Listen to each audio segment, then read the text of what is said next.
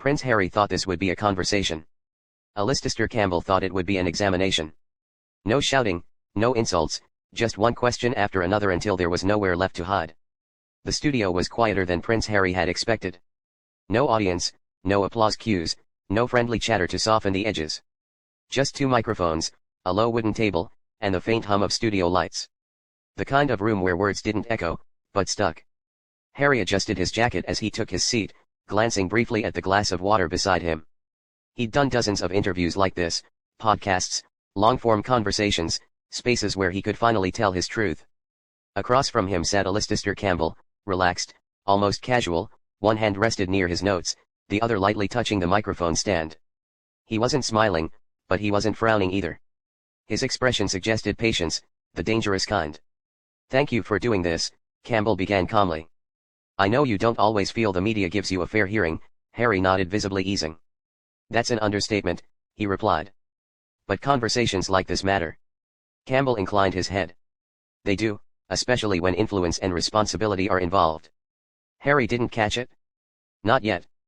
The opening minutes felt familiar, safe even. Campbell asked about Harry's life in California, about stepping away from royal duties, about the pressure of growing up in the public eye. Harry spoke smoothly, confidently. He talked about trauma, about tabloid cruelty, about the suffocating weight of expectation. At times his voice softened. At others it sharpened. Honed by years of repeating these stories, polishing them until they felt unassailable. Campbell listened. Truly listened. No interruptions, no raised eyebrows, no counterpoints, just silence after each answer. Harry filled it. "I didn't leave because I wanted attention," he said at one point. "I left because I wanted peace." Campbell nodded again, jotting something down. "Peace," he repeated quietly. "That's an interesting word." Harry smiled faintly. "It's an important one." Campbell leaned back slightly. "You've spoken often about stepping away from power," he said. From the institution, Harry's shoulders squared instinctively. "Yes, absolutely." "And yet," Campbell continued, tone unchanged, "you remain one of the most influential public figures in the world." Harry paused. "Well, public attention isn't something you can just turn off." "Of course," Campbell agreed. "But attention isn't the same as influence." Harry frowned. "Just a fraction." Campbell pressed gently. "You've written books, given interviews, released documentaries, all of which shape public opinion about the monarchy, the media, even British society itself." Harry shifted in his chair. "That's not influence," he said. "That's telling my story." Campbell didn't argue.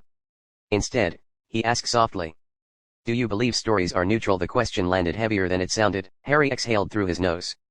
"I believe stories can heal," he replied. "They can expose harm." Campbell nodded again. "And can they harm a beat?" Harry hesitated just long enough to be noticeable.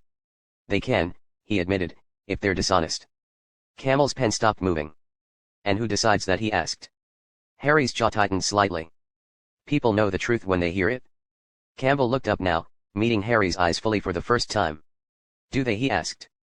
"Or do they recognize conviction?" The temperature in the room shifted. "Not dramatically. Subtly." Harry leaned forward, hands clasped. "I've lived this," he said. "I don't need to convince anyone. I know what happened to me." Campbell's voice remained level. "I don't doubt your experience," he said. "I'm interested in what you do with it." Harry blinked. "What do you mean?" Campbell folded his hands. "You speak often about escaping the institution, about rejecting its power structures." Harry nodded, cautious now. "Yes. And yet," Campbell said, "you still speak as someone shaped by it. You frame your arguments and moral authority derived from it." Harry's eyes narrowed. "That's unfair." Campbell raised a hand slightly, not defensively, but to slow the moment. "I'm not accusing," he said. "I'm observing." Harry leaned back, crossing his arms. "Sometimes observation is accusation," he replied.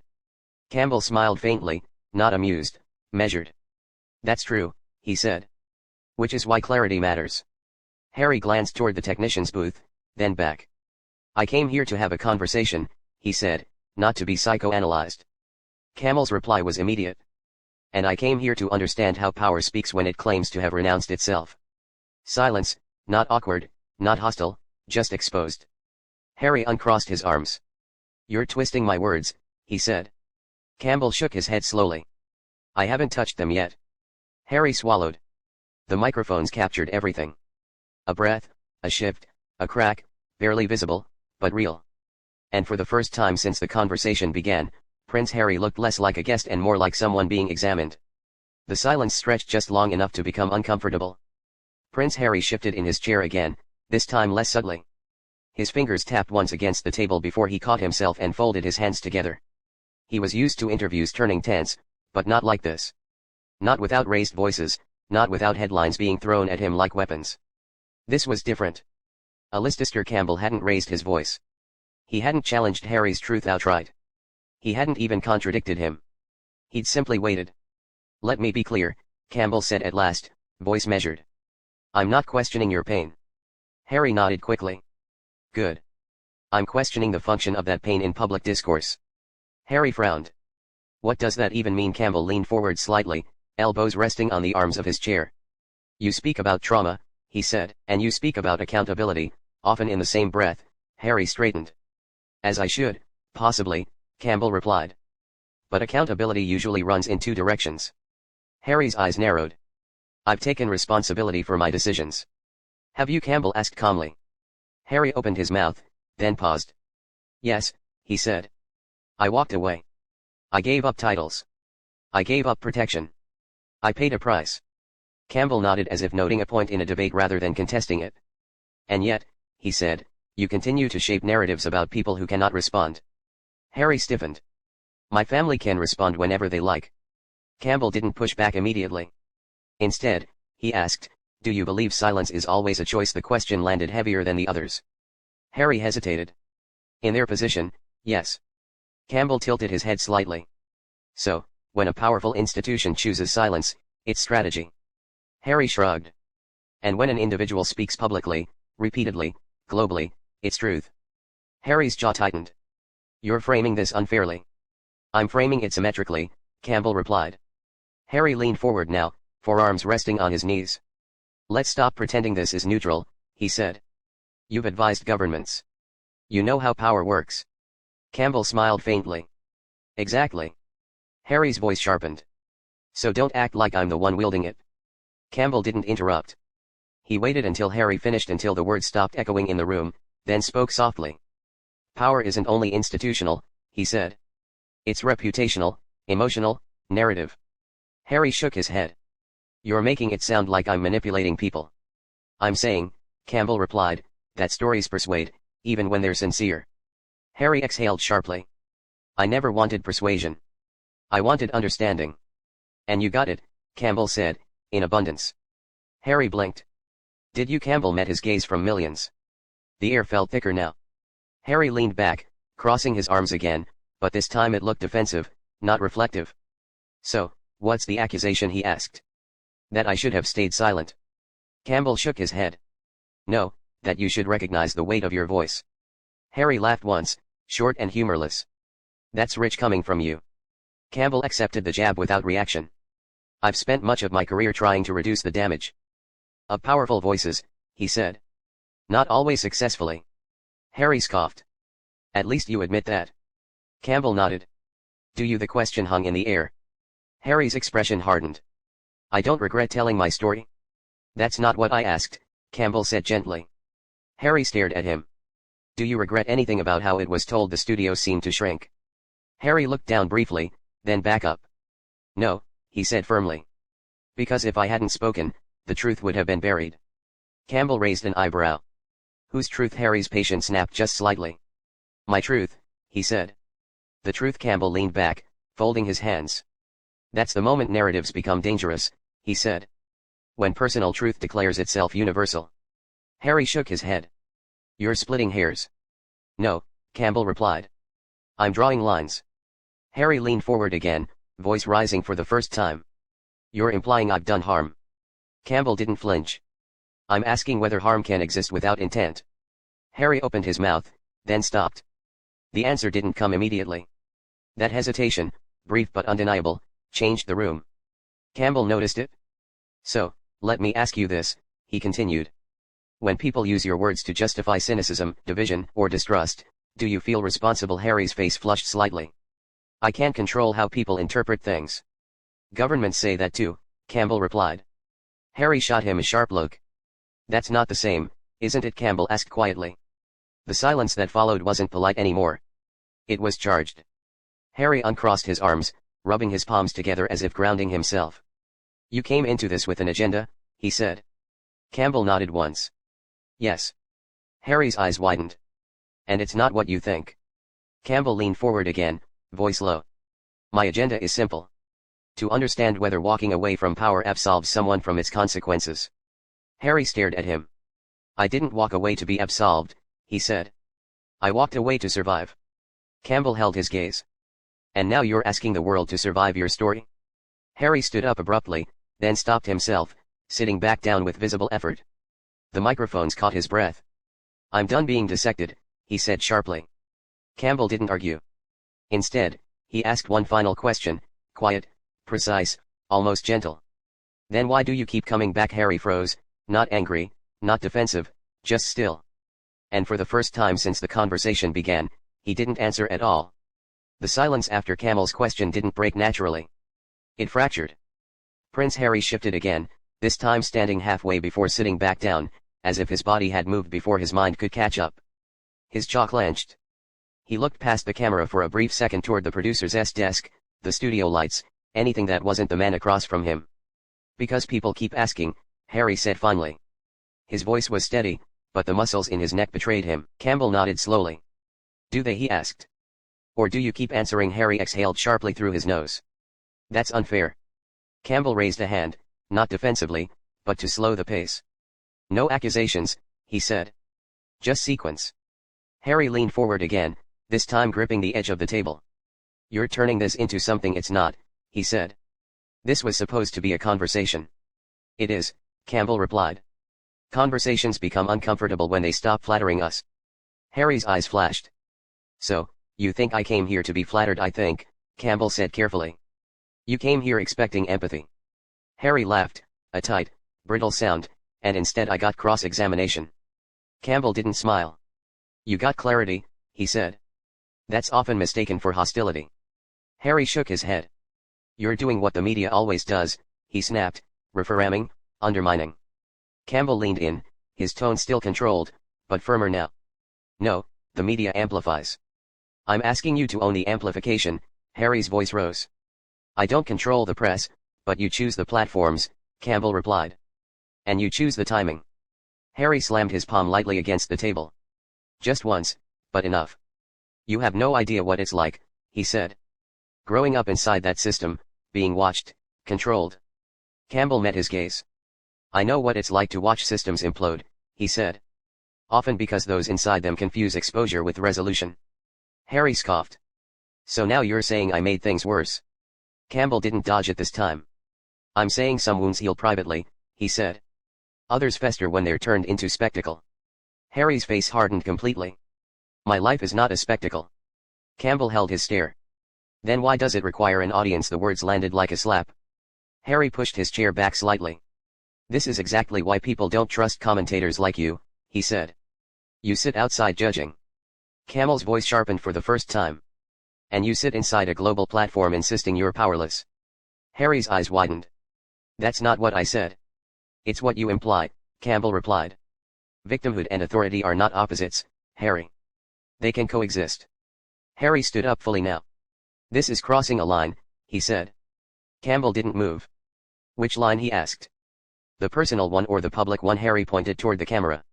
This ends now. Campbell glanced briefly at the producer, then back at Harry. Before you go, he said calmly. Answer one thing. Harry hesitated, hands still resting on the chair. You've asked enough. Just one, Campbell said. And not for me. Harry's shoulders tensed. For the people watching, Campbell continued. If telling your story has become painful, why not stop telling it? Harry turned back, eyes blazing. Because silence protects the powerful, he said. Campbell nodded. And speech protects the speaker.